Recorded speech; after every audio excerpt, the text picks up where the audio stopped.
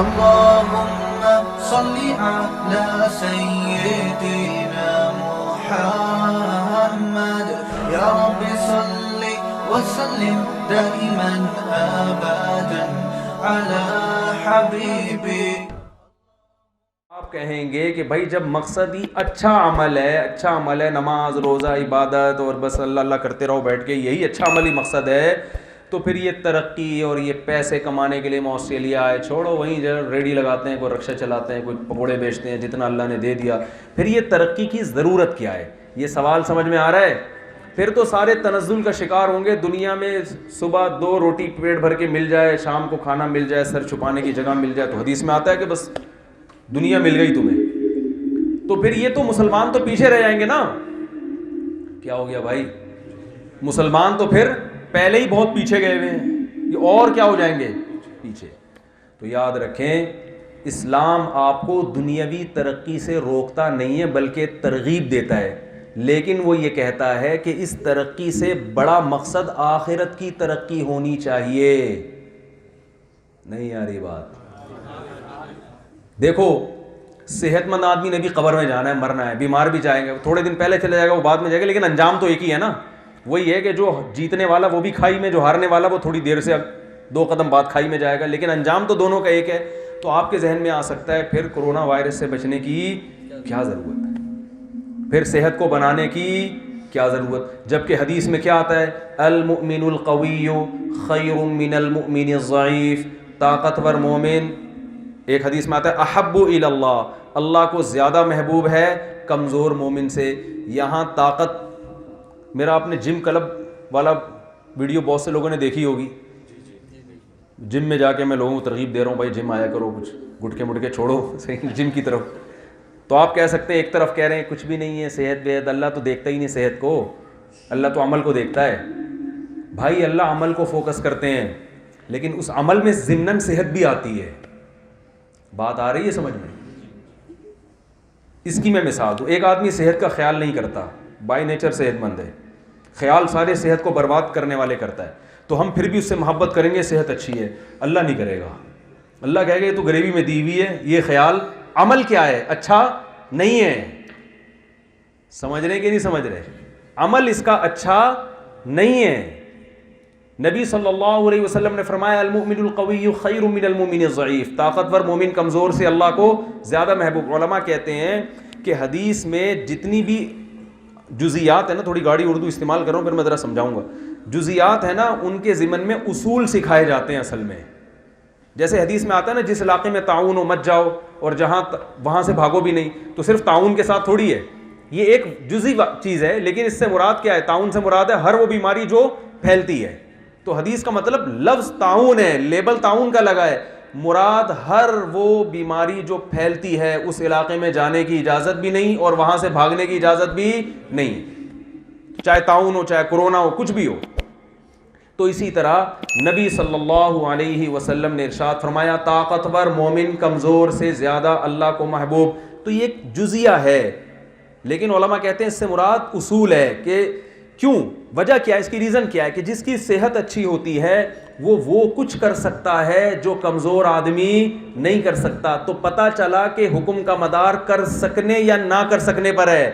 آپ کے پاس ایسی پاور ہے کہ آپ معاشرے میں وہ کچھ کر سکتے ہو کہ وہ شخص نہیں کر سکتا جس کے پاس وہ پاور نہیں ہے, تو آپ اس دوسرے سے اللہ کو زیادہ محبوب ہے. بھائی میری طرف توجہ ہے کہ نہیں ہے؟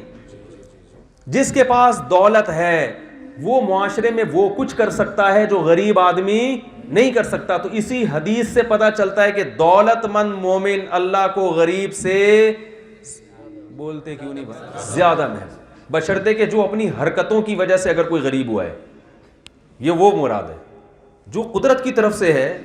ایک ہوتا ہے سستی کی وجہ سے غربت, سمجھ رہے ہیں نا, اور ایک یعنی اپنی حرکتوں کی وجہ سے, اور ایک ہوتا ہے قدرت کی طرف سے. بھائی اللہ نے کسی کے مقدر میں غربت رکھی, تو جو مقدر میں غربت ہو اس سے نہیں پریشان ہونا چاہیے. وہ تو ہمارے نبی صلی اللہ علیہ وسلم مسکین تھے, بہت سے پیغمبر مسکین تھے. ایک غریب وہ ہوتا ہے جو اپنی حرکتوں کی وجہ سے کیا ہوتا ہے, کوئی کام ڈھنگ کا کرتا ہی نہیں ہے, تو ظاہر ہے غریب ہے. تو جب حرکتوں کی بات آئے گی تو اللہ کو مالدار آدمی غریب سے زیادہ محبوب. جس کے پاس نالج ہے وہ معاشرے میں زیادہ کردار ادا کر سکتا ہے بنسبت اس شخص کے جس کے پاس نالج، بولو بھائی، نہیں ہے. تو نالج والا آدمی اللہ کو بغیر نالج والے سے زیادہ محبوب. تو آپ نے ترقی کرنی ہے اس نیت سے. میں ایک اور حدیث سے بات سمجھا کے اپنی بات ختم کرتا ہوں. ایک صحابی درخت لگا رہے ہیں، جلدی جلدی حدیث بیان کرتا ہوں. رسول اللہ صلی اللہ علیہ وسلم نے فرمایا تم درخت لگا رہے ہو، تمہاری عمر پتہ نہیں اس حد، ان کا ہدف تھا درخت سے پھل کھانا. تو آپ نے ان کو فرمایا کہ پتہ نہیں اس سے پھل کھا سکو نہیں کھا سکو، تمہاری زندگی بھی اتنی ہے کیا؟ تو گویا ان کو درخت سے آپ نے روک دیا. لیکن دوسری طرف حدیث میں کیا آتا ہے؟ جس شخص نے درخت لگایا جب تک اس درخت سے چرند پرند کھاتے رہیں گے قبر میں بھی اس کو ثواب ملتا رہے. دیکھو ایک حدیث میں درخت لگانے سے روکا جا رہا ہے، دوسرے میں درخت لگانے کی بے پناہ ترغیب. گورا درخت لگاتا ہے صرف آکسیجن کے لیے، ہمیں پتہ چلتا ہے اس سے قبر میں بھی آکسیجن ملتی ہے بھائی. ہم دیکھو درخت ان لوگوں نے زیادہ لگائے ہوئے، ہم لوگ لگاتے ہی نہیں ہیں. حالانکہ ہمیں تو ان سے زیادہ درخت لگانے چاہیے نا اپنے ملکوں میں، یہاں بھی اور اپنے ملکوں میں بھی. کیا خیال ہے؟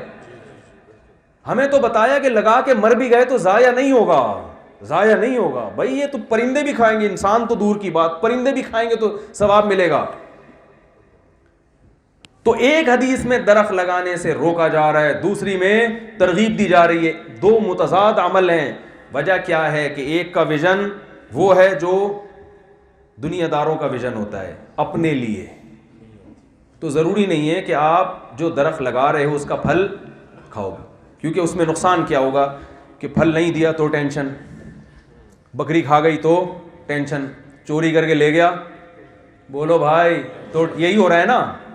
بھائی یہ درخت ہی تو لگا رہے ہیں آپ، کوئی ڈاکٹر بننے کی کوشش کر کے درخت لگا رہے ہیں، اپنے آپ کو درخت بنا رہے ہیں وہ کہ یار میرا پھل لوگ کھائیں گے. لیکن لوگوں کو کھلانا مقصد نہیں ہے، مقصد پیسے کمانا. تو وہ اگر نہیں بن سکے گا وہ تو ٹینشن میں جائے گا. یا بن گیا لیکن ابھی پیشنٹ ہی نہیں آ رہے، کیا خیال ہے؟ یا پیشنٹ آ رہے ہیں لیکن وہ ساتھ میں جو کلینک ہے وہ زیادہ چل رہی ہے تو یہ اس کی چل نہیں رہی. تو یہ ساری چیزیں کیا کریں گی؟ ٹینشن پیدا کریں گی. لیکن یہی نیت اگر آپ کی صحیح ہو جائے کہ بھائی میں درخت اس لیے لگا رہا ہوں کہ میں بھی کھاؤں گا، دنیا کو بھی کھلاؤں گا. مقصد کیا ہے؟ درخت لگانے والا اللہ کو پسند ہے، کیونکہ یہ خیر کا کام ہے نا. خیر الناس من ينفع الناس، حدیث میں آتا ہے سب سے بہتر وہ ہے جو لوگوں کو فائدہ پہنچائے. تو لوگوں کو فائدہ پہنچانے کے لیے جب آپ درخت لگائیں گے، کل بھی مر جائیں تو کوئی ٹینشن نہیں ہے. آپ کے اعمال میں اللہ نے دیکھ لیا ایکم احسن عملا، یہ اچھا عمل کر رہا ہے. تو جب آپ نے درخت لگایا اچھا عمل اللہ کے رجسٹرڈ میں رجسٹرڈ ہو گیا ہے، اللہ کے رجسٹر میں رجسٹرڈ ہو گیا ہے. اب آپ مر جائیں تو بھی ٹینشن نہیں ہے، اللہ نے دیکھ لیا وہی اچھا عمل کر کے آیا ہے.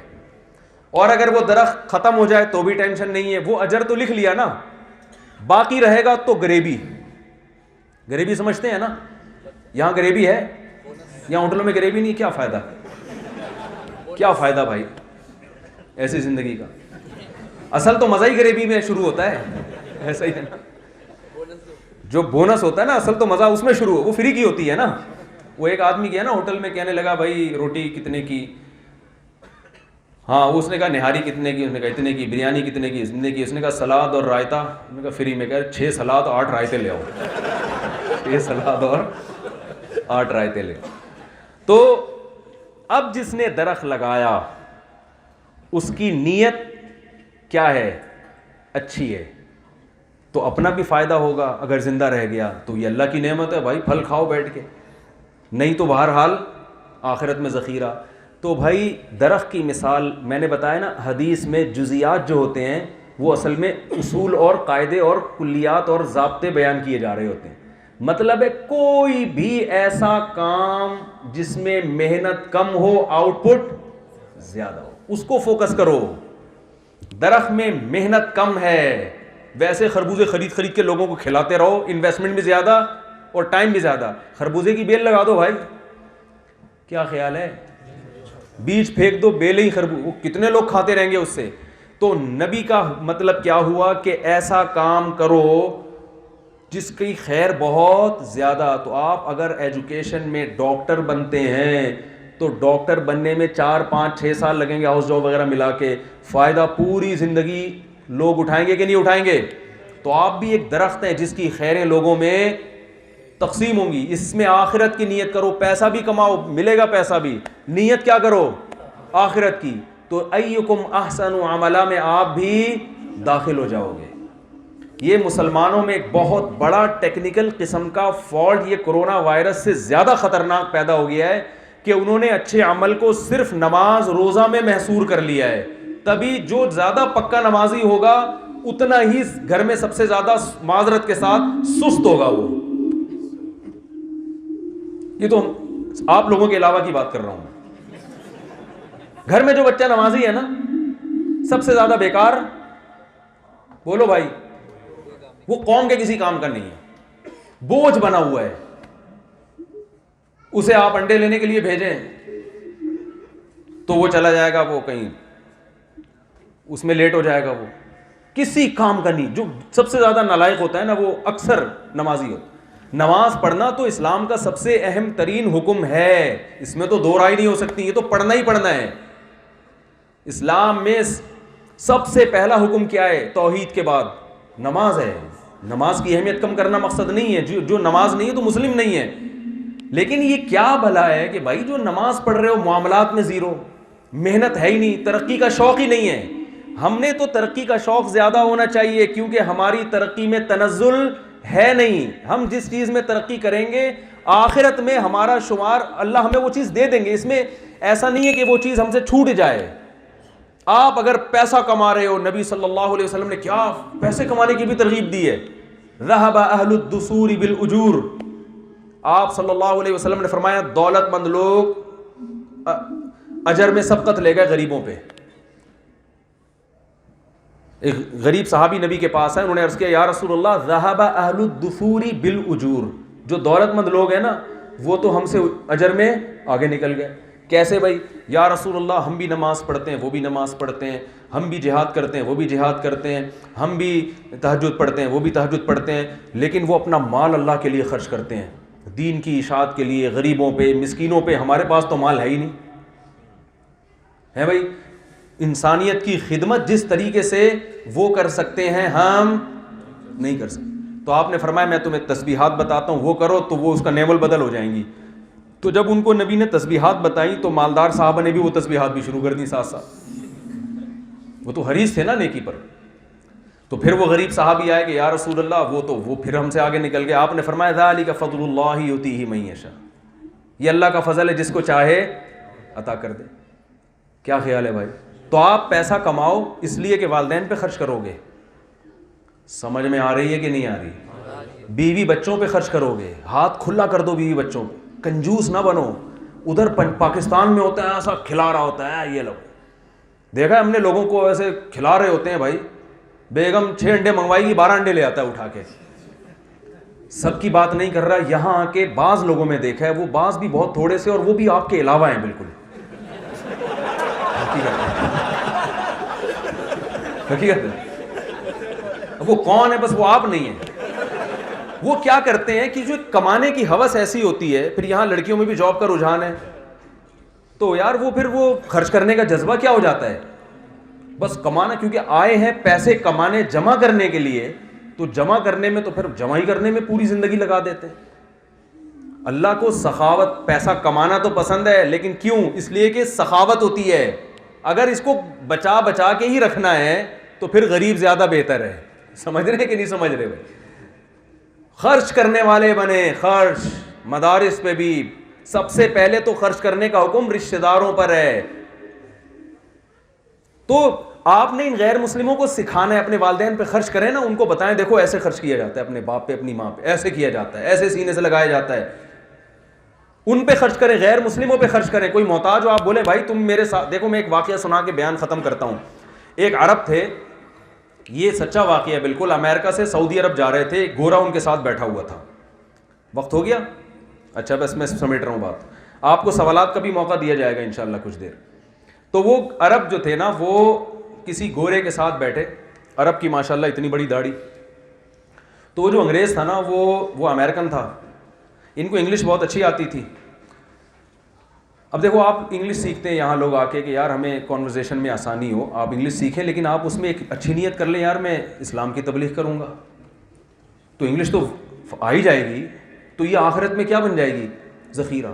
نورانی قاعدہ پڑھنے پہ جو ثواب ملتا ہے ABCD سیکھنے پہ ملے گا آپ کو. حقیقت بتا رہا ہوں, کیونکہ آپ قرآن کی ہی تبلیغ کے لیے انگلش سیکھ رہے ہو نا.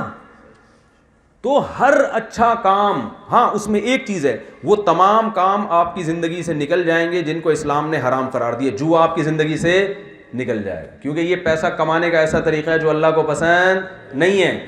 شراب آپ کی زندگی سے نکل جائے گی, چاہے وہ باڈی کو کتنی ہی طاقت دے کیوں نہ, کیونکہ یہ طاقت کے حصول کا ایسا طریقہ ہے جو اللہ کو پسند نہیں ہے. تو ہر وہ چیز آپ کی لائف سے نکل جائے گی. اچھی اور پاکیزہ چیزوں کو فوکس کرنا شروع کر دو گے آپ. تو وہ گورا جو تھا نا, ان کے ساتھ بیٹھا USA سے, وہ عرب کے ساتھ ان کو جگہ ملی, تو وہ گورے نے نا اپنا نفرت سے منہ تھوڑا سا یوں کر لیا. وہ ورلڈ ٹریڈ سینٹر نیا نیا ہوا تھا, تو مسلمانوں کا ایک عجیب ہی دہشتناک قسم کا امیج دنیا کے سامنے گیا ہوا تھا کہ پتہ نہیں یہ دہشت گرد ہوتے ہیں, اور اتنی بڑی داڑھی, تو اس کا خیال تھا شاید یہ بم رکھا ہوا ہے انہوں نے داڑھی کے اندر. تو وہ گورا جو ہے نا نفرت سے دیکھ رہا تھا. عرب تھے ماشاءاللہ, احادیث یاد تھیں ان کو, تو عرب نے ایک حدیث پر عمل کرنا شروع کر دیا. نبی صلی اللہ علیہ وسلم نے فرمایا, من کان یؤمن باللہ والیوم الآخر فلیکرم جارہ. صحیح حدیث ہے, جو اللہ اور آخرت پر ایمان رکھتا ہے وہ اپنے ساتھ بیٹھنے والے کا اکرام. قرآن نے کیسے بیان کیا, وَاعْبُدُوا اللَّهَ وَلَا تُشْرِكُوا بِهِ شَيْئًا وَبِالْوَالِدَيْنِ إِحْسَانًا وَالْجَارِ ذِي الْقُرْبَى وَالْجَارِ الْجُنُوبِ وَالصَّاحِبِ بِالْجَنبِ وَابْنِ السَّبِيلِ. پڑوسیوں کی جتنی قسمیں تھیں اللہ نے اس آیت میں بیان کر دی. تمہارا کلاس فیلو ہے, کلیگ ہے, تمہارے ساتھ یعنی جاب کرنے والا ہے, جہاز میں بیٹھنے والا ہم سفر, تھوڑی دیر کے لیے بھی کوئی, یہاں تک کہ آپ کسی بیان میں کسی کلاس میں بیٹھے ہوئے ہیں تو بھی دو آدمی ایک ساتھ ہیں نا, تو آپ کو دوسرے کا اکرام کرنا پڑے گا. ایسا نہ ہو کہ ایسے آلتی پالتی مار کے بیٹھ جائیں کہ اس کے لیے جگہ ہی نہ ہو. کوئی جگہ خالی ہوتی ہے آپ اس کو عزت دیں کہ یار آپ آگے ہو جائیں. یہ قرآن کے حکام ہیں بھائی. قرآن کہہ رہا ہے جو پہلو میں بیٹھا ہوا ہے نا اس کا بھی اکرام کرو. اکرام کا مطلب اس کو صرف اس کی خدمت نہیں, خدمت اور اکرام میں خدمت کہتے ہیں کہ وہ خدمت جس میں سامنے والے کی تعظیم ہو, رسپیکٹ دے رہے ہو آپ اس کو, تو اس کو رسپیکٹ دو. اس میں مسلم غیر مسلم سب برابر ہیں. آج دے رہے ہیں, بولو بھائی, نہیں, ٹانگیں کھینچ رہے ہیں ایک دوسرے کی. تو وہ جو تھا نا عرب, اس نے جب گورے کو دیکھا یوں نفرت کر رہا ہے, تو اس عرب نے اس کا اکرام شروع کر دیا. ایئر ہوسٹس جب آئی نا کھانا وانے لگے تو وہ ٹرے کھینچ دی. پہلے ان کو, ہمارے ہوتا ہے پہلے اپنے پاس رکھ لیا, وہ وہاں سے پھلانگ کے کھانا وہاں تک پہنچنا کافی مشکل ہو رہا ہوتا ہے, اس کی پرواہ نہیں کرتے بعض دفعہ لوگ. تو بھائی, اور پھر کچھ اپنے پاس بھی کچھ چاکلیٹ موکلیٹ کوئی بھی چیز تھی اس سے پوچھنا شروع کر دیا. بڑے نرم انداز سے نا اس سے ہر چیز اس سے پوچھ رہے ہیں, یہ تو نہیں چاہیے, وہ تو نہیں چاہیے. تھوڑی دیر میں وہ عرب خود, میں نے ایک واسطے سے یہ واقعہ سنا, میں نے عرب سے براہ راست نہیں, ان عرب نے کسی کو بتایا تو وہ انہوں نے ہمیں بتایا. تو اس عرب کا بیان یہ تھا کہ تھوڑی دیر میں نے دیکھا کہ وہ مجھ سے مانوس ہو گیا, اور ہیلو ہائی اس کو اندازہ ہو گیا کہ اس کی داڑھی میں بم